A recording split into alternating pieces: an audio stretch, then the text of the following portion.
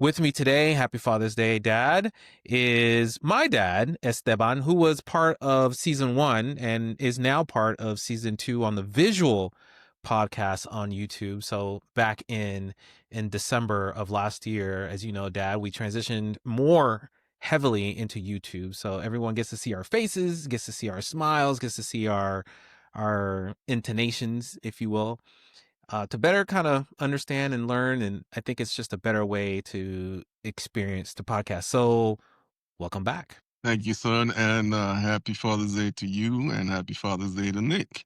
I am Yes. always happy to be here.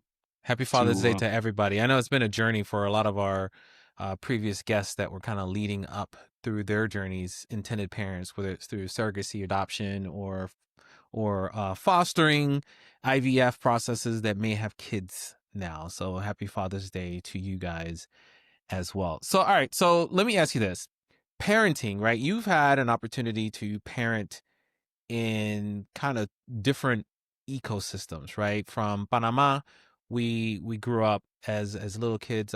10 years old is when I moved to the United States. So there was a parenting stint there. And then once we moved to Panama, or once we moved from Panama to the United States, then there's the other half. What would you say is a call out, a difference between the parenting that you had to take on, parenting styles, be it from the American perspective or the Panamanian perspective, geographically speaking?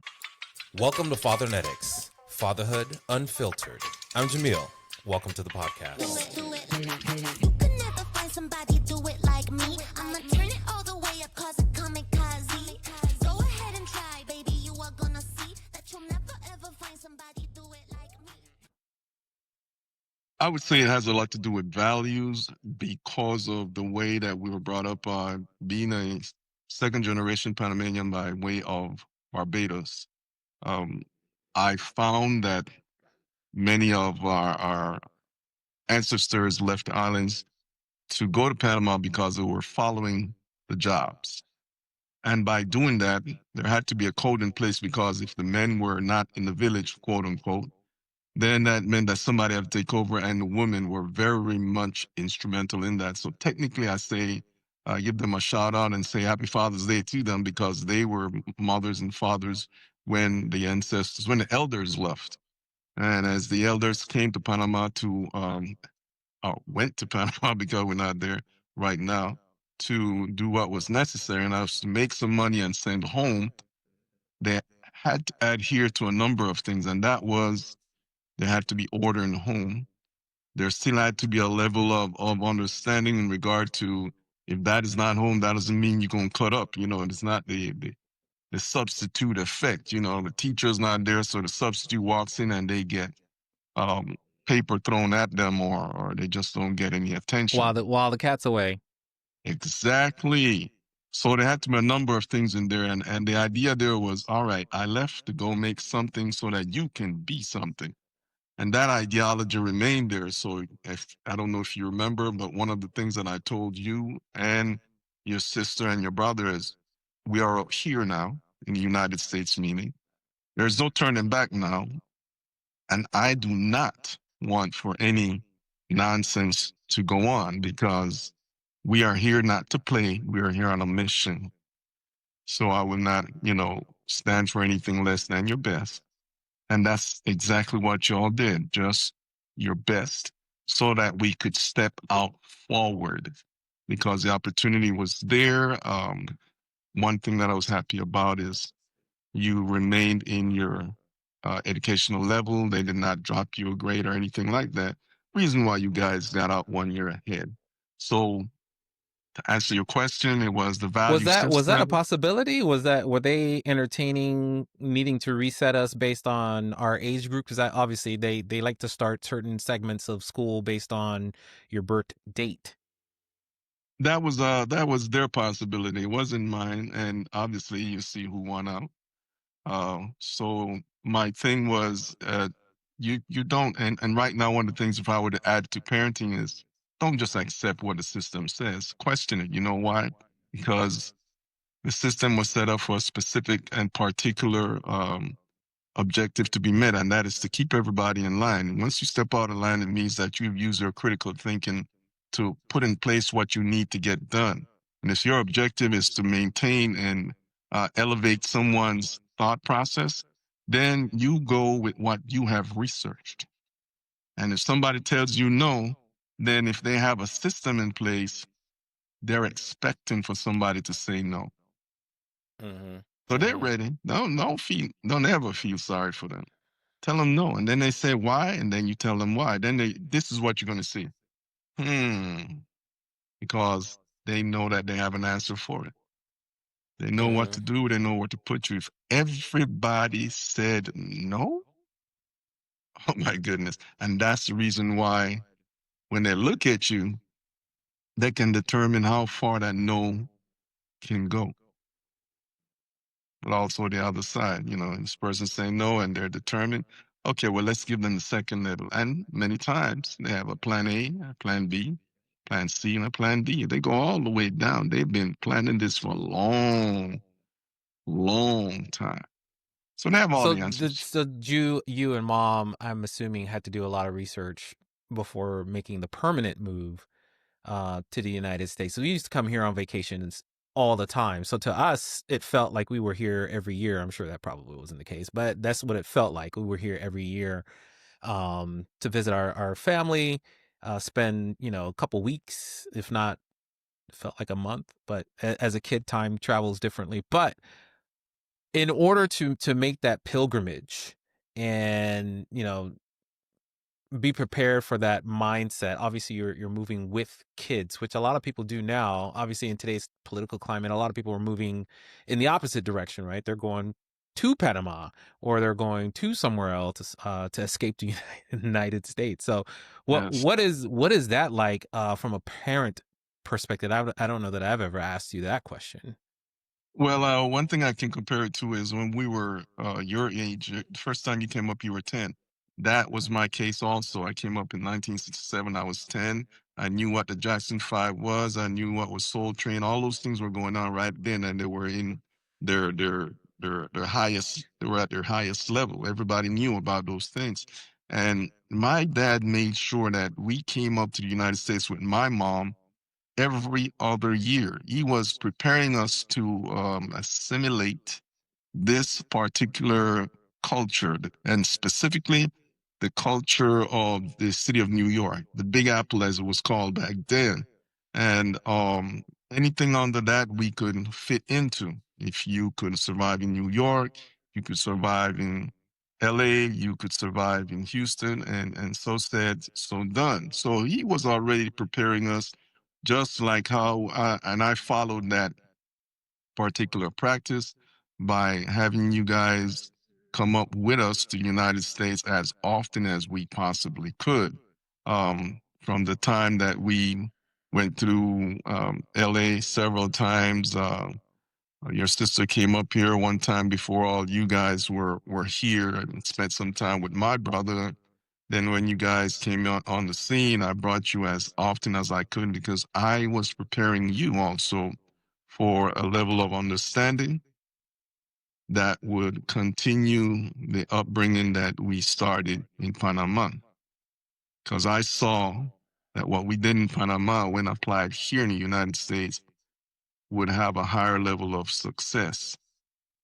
And look, today I believe that you guys are standing out in your different fields and you have so much more that you can do. I am always happy to know that, having something like a podcast or stepping out and having your name on documents and papers and plans for several buildings throughout the city of Houston, or being in several different pharmacies at the management level um, in the city of Houston and in the county of Fort Bend, that those things are levels of success that are attainable only if you have a set mind, or a mindset, if you will, that spells out you better get it right because there's no other way that we're going to be able to put things um, in the perspective that we were taught.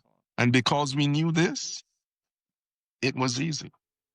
So What we had to consider, how did you know that, right? So the a lot of the questions that I ask a lot of the parents and new parents that are coming of age now, right, with their infants growing into toddlers, is what are the sources that you go to? What are the questions that you have that you go ask someone somewhere to kind of say, hey, am I doing this right? Does this sound right? Is this, normal, or is this, expected?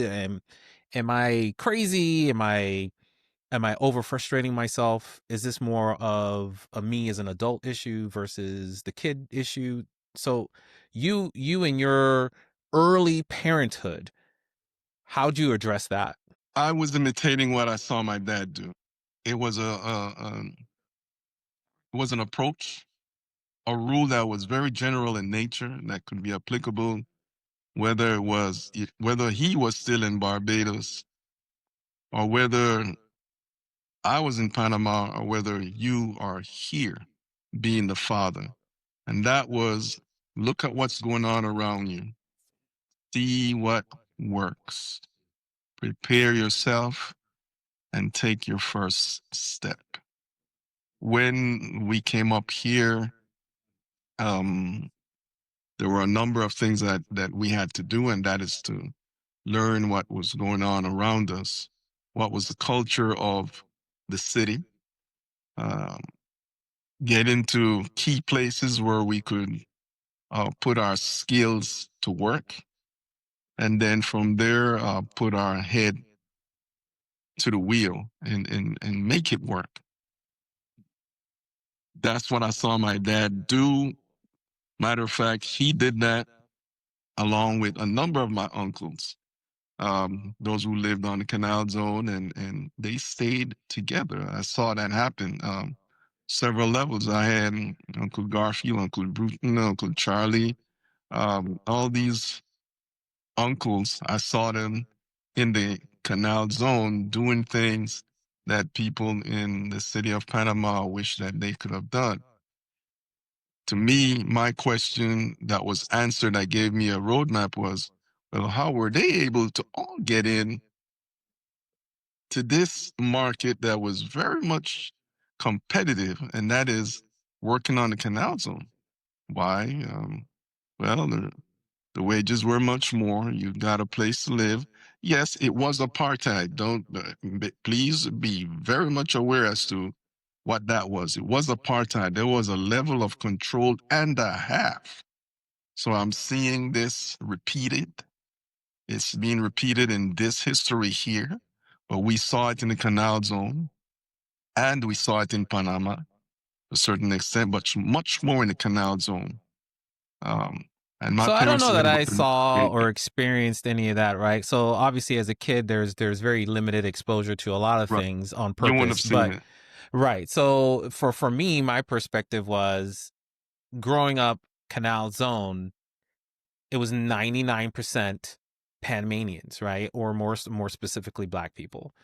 Um or maybe not 99% black people, but more so non-whites. There was that one American family that was what 4 doors down that was distinctively American. I don't remember their name, but you probably remember them. They had the one house that had the fenced in backyard with the giant satellite dish in the back that Yeah, no one else in Tom. town ever Tom. like Yes. yeah, like what is that? And he was nice, friendly. We were friendly with his kids, and we Yeah. hung out and played and stuff like that, but it was very like American. You came, you fenced in your your backyard, and um so I mean that's the only in Panama, in our town in Paraíso and Pedro Miguel, that was really the most Americanized exposure that we had, apart from being on a military base.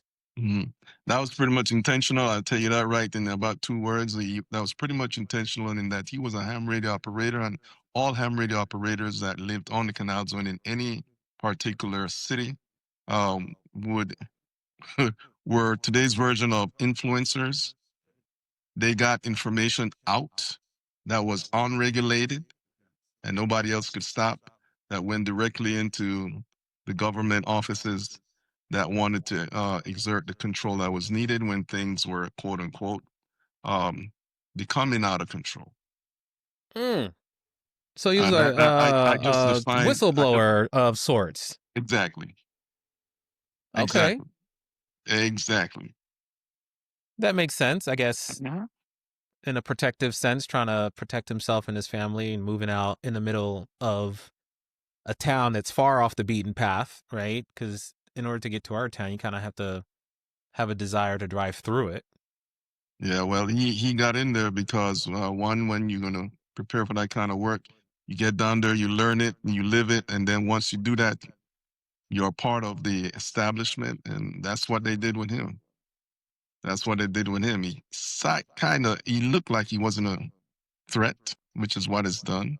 He's very comfortable. He fits in, and then next thing you know, this big old antenna and this fence fits in, and then next thing you know, ever so often you um, hear him in there transmitting, and you're like, what's really going on? That's So interesting. I don't. Yeah, yeah, I never we said this never to you heard as or a thing. understood. Yeah. Yeah, The only thing we knew I, about that is that he had Freon in his house. I mean, yes, Johada you have and to myself see. and Abbas, we used to make, it wasn't necessarily make fun, but it was a distinction, right? Freon smells a very particular Specific way, way, very distinct. especially when the rest of the neighborhood does not have air conditioning. You stand out. Yeah, yeah. So parenting during an invasion. Have you had time to like really think about how that went? I know a lot of that was probably Uh-huh. instinctual. You've had readiness based on your proximity to the US military as a civilian, but how did that from like day one to the time things calmed down from a parental perspective? What are all And you the continue. hoops? Mom and I continue to unpack something like that. And ever so often we see something and we try to revert back to what did we see back then during Operation Just Cause. And it is very clear to us because again, we saw it before. We have something to compare it to. Well, walk us Many through times what when you do, Operation Just Cause is, and then we'll get into the parental side, because I think a lot of our listeners have no idea what that even is.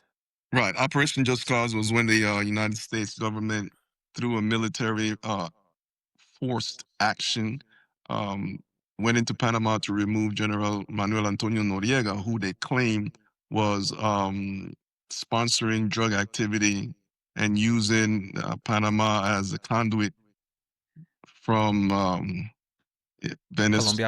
South Venezuela. America Well, today through, it's Venezuela. Venezuela's having, well, yeah, the history big thing repeating back itself. then was Colombia, Yeah. and they wanted to get him out of there because they claim he was doing drugs. He wasn't doing drugs; it was just allowing for the Panamanian territory to be used as a way to get into the United States. But if you read about the Iran-Contra affair, that was something that was set up between the governments, and um, General Oliver North, United States Marine Corps, allowed for one of the Middle Eastern terroristic countries to purchase weapons and then use that money and funneled it through Panama, who then allowed for uh, or U.S. planes to leave the military bases here and fly into the United States under cover of, oh, we just sending some stuff into the United States. But there was arrangements that allowed for those planes flying low to carry a whole lot of drugs. Because Panama, Noriega said, if I allow for you to bring those monies in from that place in the Middle East through here, then you have to allow me to do something. And Mm-hmm. they Mm-hmm. agree. Nations agree with dirt like that all the time. They call it politics. But anyway, I digress. So the father part of it all told me that I need to make sure you guys were good. And my father taught me how to do that. With dad being in law enforcement all these years, situational awareness had so many different names back then.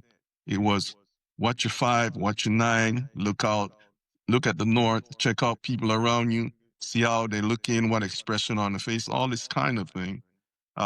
Dad, my father did it. I learned it and I patterned it when we were in the middle of Operation Just Cause. We saw many things happening. The C-130s coming in, they fly over Soldier Hill, then they made a right turn onto Howard. It was 12 of them come in one after the other. We saw that going on. We tightened our belts the most we could because it's not like we had a whole bunch of things we could do. But I knew that between mom and dad, my mom and my dad, your grandparents, and then mom and I, we could do what was needed to do to take care of the three of you.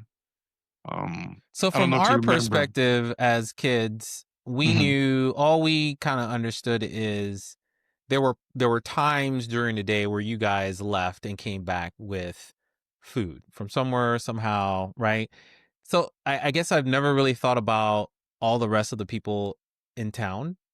Because I know you and mom, and maybe this is where you can provide additional context. In my opinion, you guys had special privilege because of your proximity again to the United States military as civilians. But then grandma and grandpa also lived down the street. Were they going with you guys to do this? Were you bringing back enough for them? Were they part of a different process?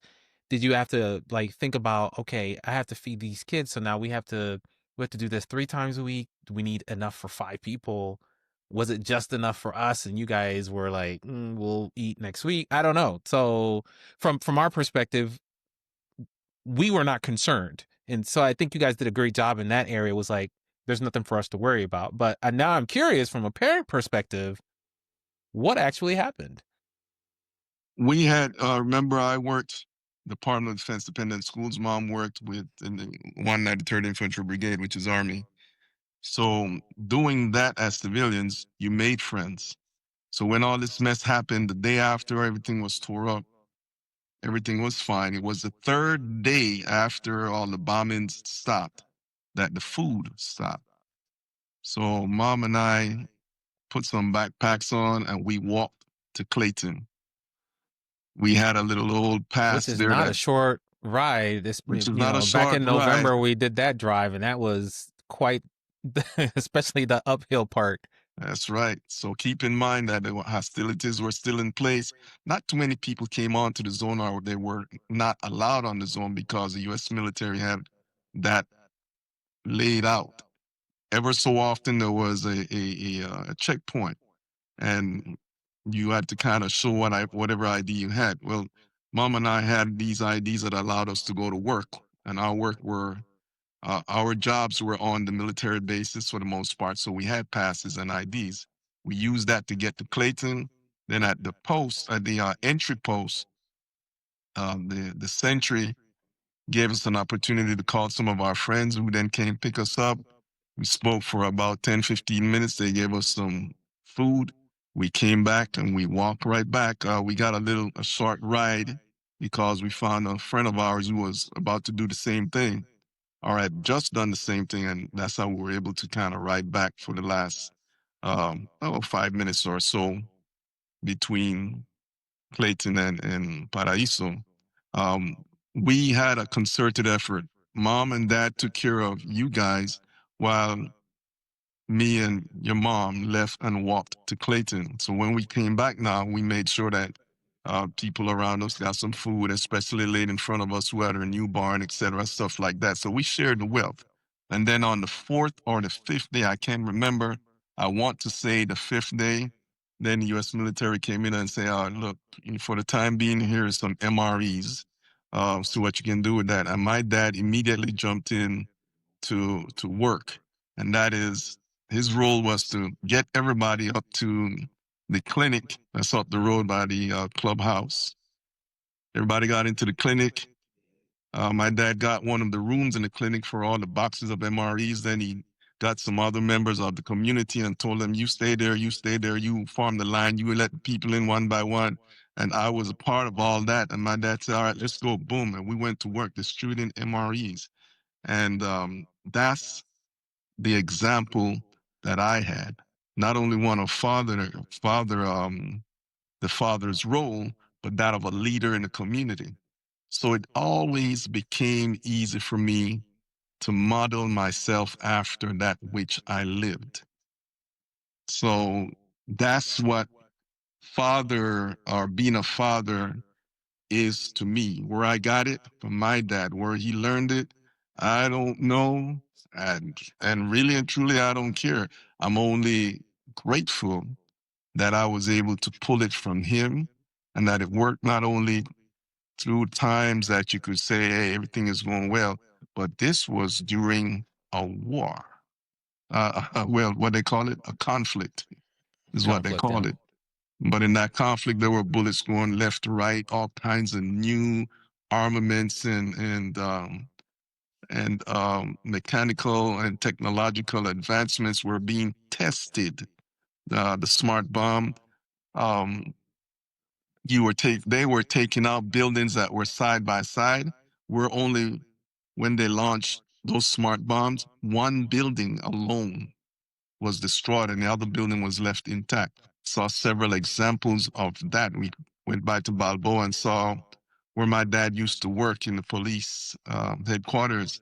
The headquarters building was gone, but the court building that was across the way, no more than 100 steps, no more than 100 steps was left standing. And I was like in awe. How in the world could this have occurred? You remember when you guys rode on a Black Hawk helicopter? You remember those Mm-hmm. 2 times? Mm-hmm. Well, you heard how noisy that was?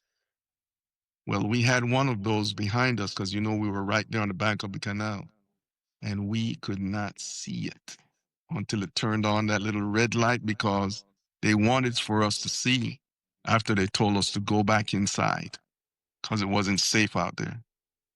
That's the No, only the way only we thing could. I remember helicopter wise, at least during the conflict, if you will, is the day that it happened, and they flew over from canal side into the city, and it was like helicopter after helicopter after helicopter. And I'm sure Correct. there was more, but that's all we heard were the helicopters Yes. cruising No, this past, was which woke us up. one night. This was just one night when mom went outside to get something off the line, and all she heard was, "Ma'am, go inside." And then when we looked out, she came inside and she told me, and when we looked out the window, we just saw a faint red light turn on. When we look up, all we heard was whoop, whoop, whoop. And you know how that Black Hawk sounded when you guys rode it those Mm-hmm. 2 times. Mm-hmm. So they had all this technology that they were trying out, testing out.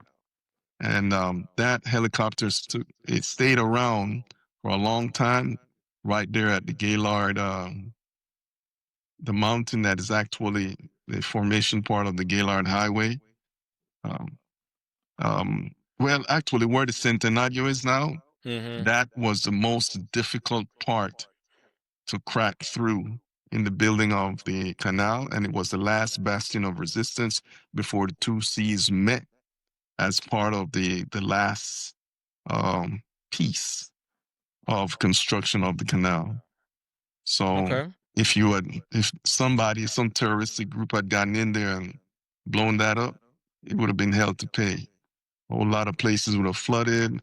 The canal would have shut down for a while, and that could not be something that would happen. It would really have caused some destruction, a lot. So this conflict, was it the trigger to say, okay, now it's time to put all our ducks in a row and make the migration to the United States, or was that a long Absolutely. time coming? Absolutely. Absolutamente. So would And was it easier for us to make that exodus than it was for anyone else who may have at that time said they needed to start that journey? well, remember I told you about preparation? And Right. our preparation for the three of you was, remember you started going to Balboa High School Mm-hmm. and Balboa Elementary School? Well, not Balboa High School, but Kurundu Junior High School where Johara was, and you were in Balboa Elementary School, and Abbas was just getting started. Yeah, the So American schools. exactly, you started Mm-hmm. going to the American schools because Mom and I had a vision many years before all of this conflict even started that we needed to prepare you all so we would have the options that were relegated to only those U.S. citizens. Because Mm-hmm. our thought, and remember I told you, just don't do what people ask you to do. You should always have options. And my question was, well, why can I have that option too? And then I came to find out why not. And I didn't stand for that. I didn't respond to that as in, well, okay, I don't do that. We went beyond that, made sure we all did what was necessary so we could get those options available to us. And we did. Yeah, I So when don't it was know of time to leave, however we got up and done. many. I don't know that I recognize or saw many other Panamanians, the kids, um, at that school. So now there could have been, right? There were a lot of students, but certainly not on our routes to and from. Certainly not in our classes. And I say our, but I can only speak from my experience. There weren't a lot of Panamanian kids going to the American schools. Panamanian No, kids. certain things just weren't common knowledge for a lot of people. And when you told, because I told a number of my friends and people who had kids our age, you guys' age, and those people who were me and mom's age, hey, this is how you do this. This is how it's the next step, step 1, step 2, step 3, and so on. We told a lot of people, and a lot of people either they didn't have the resources or they just said, no, I don't want to go through all that problem. Or no, I remember one doctor said to me, why are all the Panamanians leaving Panama? But guess where his children studied? Abroad, In the I'm United sure. States. Guess Right. where he studied and became a medical doctor? In the United States. So he had the option, but I shouldn't because I look like this.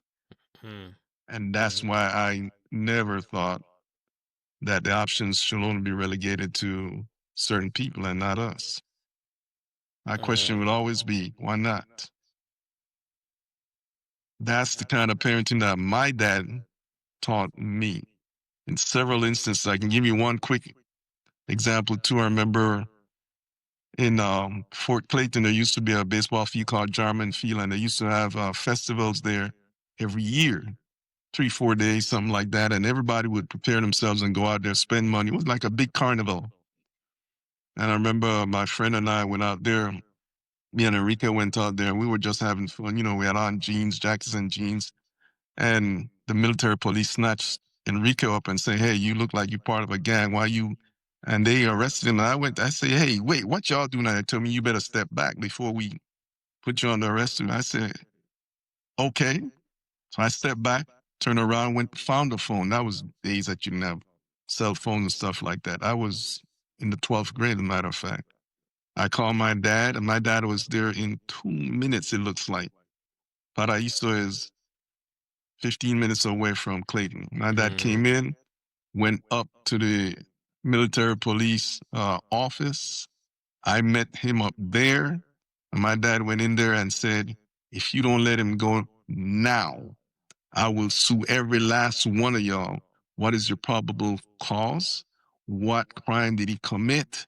This is a minor. You're holding him against his best, you know, his understanding of what's going on, and a parent wasn't contacted. That is grounds for lawsuit. I am here representing his parents. I'm here representing my son who called me. So I have evidence that you guys did not Mirandize him. You guys did not tell him why he was arrested. You guys did not call any of his parents. And all those things are against the law. They let him go so quick. And by the time we were out of the gate here by the Fort Clayton on our way back home, they must have didn't know what hit them. But my dad came and he brought the smoke with him. So that is what I learned, because we technically were guests on the base. But if you're a guest on mm. the base and you've been treated, you should still be treated according to the law. And they did not do that. Sounds familiar? Of Yes, course. Of course. absolutely. So you see, we don't stop. We don't stop. That's not part of who we are. But that which my father taught me that day was a very important lesson to me. You don't stop. So Don't stop. what would you say now transitioning to the United States was perhaps a paradigm shift, if you will, in thought process or parenting style now that you're in America proper in Houston? And why Houston instead of, I mean, you used to go to New York and other places. Why Houston? I chose Houston because I didn't want New York or LA, where we had a huge amount of family on my side and on your mother. Well, on my side in New York and on your mother's side in LA. I didn't want them to influence what we gave you, your brother, and your sister. I wanted to be in a place where you still saw mom and I as the ones who you would hold on to because we were a close knit unit and you would not be distracted. That was my first thing. You would not be distracted. Because I know that in Panama, we saw things one way. When you came up to the United States, there was 10 times that which you saw in Panama that could send you in any direction.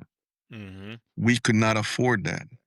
Because when we remember what I said to you when you came up here and we sat down in that room, room 155, 2410 South Kirkwood, and I said to you and your siblings, we here now. We ain't going back. So nobody's going to do anything stupid because we come too far to mess up. And that is exactly what I was referring to in regard to having a different cultural approach, concentrating, being focused, getting that which you will need so that you can move forward. And that is the education, a minimum of a high school education, minimum. And we were able to do that because when you were going through school, we were going through it with you. We were going through it with you because you see where we would show up at your schools, and you see where we would show up in places, see where we would stand. And in many cases, you don't have to know what happened. All you have to know is it was taken care of. And Mm-hmm. we did that. I have told That's the Jacob that kind of story. parenting I know. I did tell Jacob the story because in the podcast that we released for season 2 at the end of November with Jacob, where he was interviewing me and we were talking about bullying and how I was bullied in middle school, and I shared with him that there was a point where I think it was just you, I don't think mom showed up, but you showed up to the school and I don't know what happened, but it was Mhm. done. It was over. Yeah. So, Yeah. and I think there's some value in being able to do that. I mean, you don't need to know the details. It's just it's Yeah. done. It's cared for. It's taken care of. Mhm. So let's move on. And so I told him that to share, similarities, and we tell him in private all the time. If anything's going on at school, you need to let us know so that we can show up and take care of it. Mhm. But you also need to make sure that the issues and the challenges that you're experiencing at school are not of your own doing. If you're causing these situations, we will still show up at school, but it may not be the same result. Exactly. Exactly. We again, I learned that from my dad. Matter of fact, one of the things that one of the first experiences of my dad stepping into a place for me when there was a whole lot of controversy and there wasn't really any clarity as to who did what, when, how, and if we stayed within the margin of what was expected. We had when I was in the 12th grade a situation where we're supposed to have something in place. The principal changed it on us. Like we were supposed to have like final exams 1 week, and something happened, and the principal changed it to the previous week. And I got everybody in my class, or everybody in my class had a conversation, and we decided to step out of class. So it was a small, A walkout. yeah, so of sorts. And the principal called my parents, and my dad came down and my dad, spoke to the principal or something. I don't know what happened, but what I do know is he took care of it because none of us got suspended. Mm. So he handled it. And my dad was somebody who would show up at the school in a heartbeat too, and never knew when. My mom used to be a teacher, so she knew what to do. I don't know if she ever told him how, or what to do, or what. I don't know how that worked, but they had that dynamic going on to the extent that I wasn't put out of school, and we stood up. When we walked out that time, we stood up and we said, hey, I'll come this and I'll come that and I'll come the other. It Well, was I think so there's much something to be respect. said when teachers and administrators at school know that you will show up. Because a lot of parents don't. They will and again, this is not to besmirch them, right? Some people can't get off of work. Some people can't get to where they need to in at the Hmm. drop of a dime. Um, and then there are those parents that just won't show up. Period. I mean, I can, I won't. Like deal with it, handle it. It'll disappear or wash over. And I think that there are some administrators to take advantage of that. And I know that there are some administrators that appreciate the fact that they can call a parent and they'll show up. They'll respond to an email. They'll answer the phone and, hey, we need you to come up here. Okay, 5 minutes. Give me 5. I'm there. So, and I've experienced that myself. You know, if the school's calling and they say, hey, we need your attention and it's urgent or important or can we see you at the end of the day, I'm Johnny on the spot because I know you wouldn't call otherwise.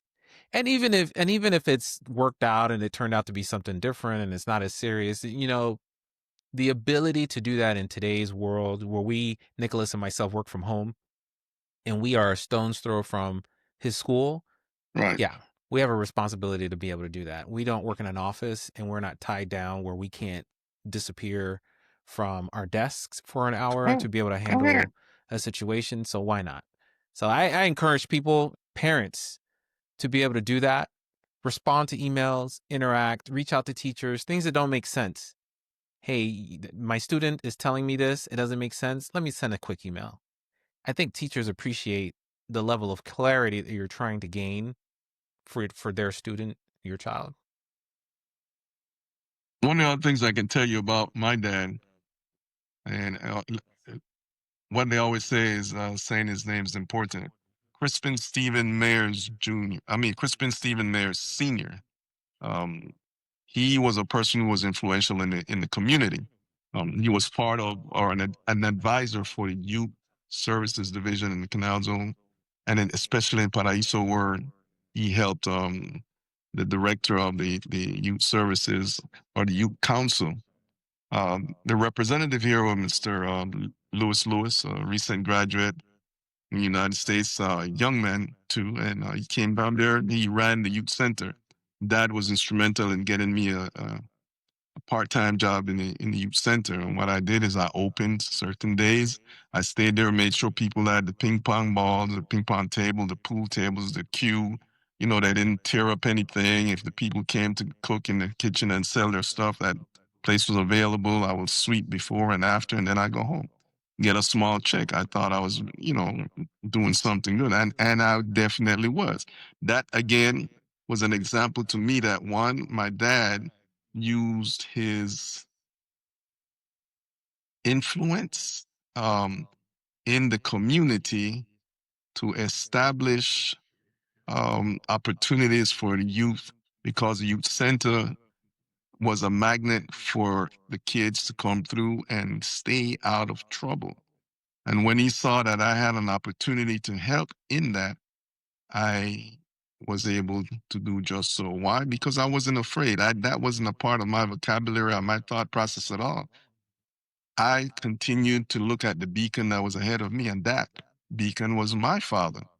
He said, "You can do this," and I said, "Okay." You just put me into it, and that was easy because following him is what I did. He was in my house. He was my dad. I saw him all the time. I saw what he did. I just made a 1, 2, 3 in my head, and when he said, "All right, it's your time now," I stepped into that. And that worked out really well with me. And by doing so, I pulled a lot of my friends with me. And they saw my dad, your grandfather, just like I saw him. So there's a number of guys that I grew up with that could tell you who my dad was because they followed our example. So my dad was involved and influential in so many different ways. One of the biggest things that I shared with my dad, because again, he pointed the way, it is that which we refer to in Japanese as being a shihan, or the one who points the way. Um, he was a member of the first Lions Club in the little town of Paraíso in the Canal Zone. And I was able to share that honor with him. My dad and I, we made it work. So what was the charter for the Lions Club? What is that The for our international audience members? charter for the canal for the Lions Club is to be a charitable organization whereby people, families are helped and assisted in the living that they do. It was the first one in the Canal Zone, in the Latin American towns in the Canal Zone. And again, you know, we both were what you refer to as founding lions, which is a high honor because there's many lion clubs and a lot of them have been established for years and years and years. And those who are founding lions have a special pin, have a special place, have a special honor in whatever international lions, and they're all international, in whatever lions club you are in. So if I were to go ahead and say, I am getting in, I'm going to become active again as a lion, I can use that pin and people would be marveled and amazed that I was a lion, a founding lion and I can Where's the mention, pin? I have it here at the house. It's Oh, okay. old and dusty. And the pin itself that went through my jacket is gone. It broke off. But still, I'm in the records along with my dad as being a founding member of the Paraiso Pedro Miguel Lions Club. And that was back in the, that was back in, I do I remember can't the pin. I want remember. to say it was purple. Was it purple? It had a blue Blue. inside with a big L on it. Then Yep. on the outside was a little golden piece and it had I think it was a lion or a A tiger. lion. Yeah, it was a lion's But head, we right? said it was, we did all our meetings in Spanish. So, you know, dad and I, dad, my dad and mom didn't necessarily like the Spanish because it was a way of telling the people in Panama that we oppose the way how you treat us. So we speak two languages, you don't. And we're going to show you that we came here for a purpose. We're not playing with you because we were sandwiched between US culture and Panama culture because uh, we're saying the Panamanians didn't necessarily like the West Indians because they thought the West Indians came to Panama and took the better jobs. And then the U.S. did not necessarily like us because they wanted only to use us. They didn't have the skills we had, but we were the labor. So they couldn't do without us. So we were caught in between. And that was a struggle that my dad and my mom had, my grandfather and my grandmothers had. So many ways of resisting was they didn't necessarily fully uh, get involved with learning Spanish and speaking it properly. They didn't care. Mom just brought me one of the many badges that you would put on your jacket if you're a Lions Club member. Now mom's Would put eavesdropping. something like this. She's right there. I don't know if you can see this. Yeah. Okay, go up a little bit. Okay, back out, back out. You're too close.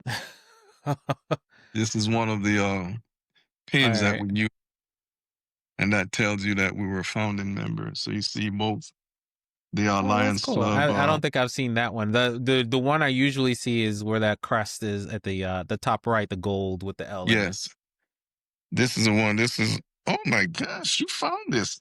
Here it is, talking about it. Okay, tell me how you can Yeah, see. that's the one. It's in Yep, Spanish. yep. It Up says too Leon, close. it says on the bottom, Fundador, our founding member. Back out a little bit, Dad. Back up, back up. There you go. Look at that. Okay. I do remember that. That's the one I remember. Yes. So sometimes when I'm going into Panama, I would put this on my lapel because, you know, I wear a jacket whenever I go in, and it's not to look like I'm anything. It's just that it provides me with a bunch of pockets that I can put all my junk into. Mm-hmm. So yeah, sometimes I'll wear this because it just tells people that you're a serious-minded person. That's it. You don't get no perks for any of that stuff. I mean, you know. But my dad introduced me to all that. That was parenting. Even after I was an adult and I had you guys already, he was still giving me nuggets. If you want to call that parenting to that extent, fine. I would call it an executive review of parenting at another level, which involved me already being a parent. Yeah, that's a long title. That sounds like a title of a book, huh? You have to give it an Anyway, acronym.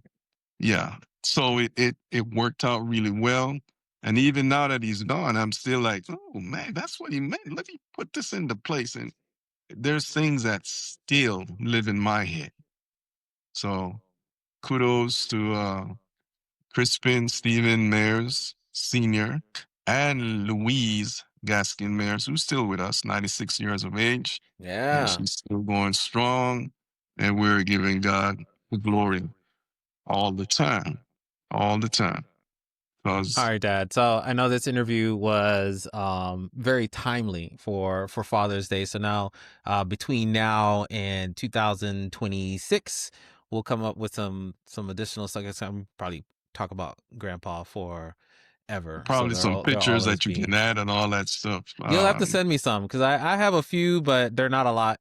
So if you Okay. find some in the archives, I know I that think during Grandpa's time, it's more printouts than it is digital fiction. So how I time has can. changed. And you're right. You're right. I think I can find some, and I'm also going to give you one or two of Grandma too, because it was a team effort between the two of them. Because he was on the she was on the forefront, and he was the catcher, so to speak. You know, you have that in baseball. You have the pitcher catcher team.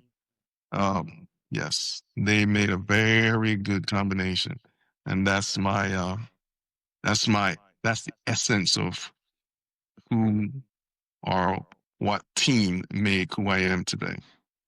That's the essence of Fathernetics. The Yes, energy, the kinetic energy passed down over generations.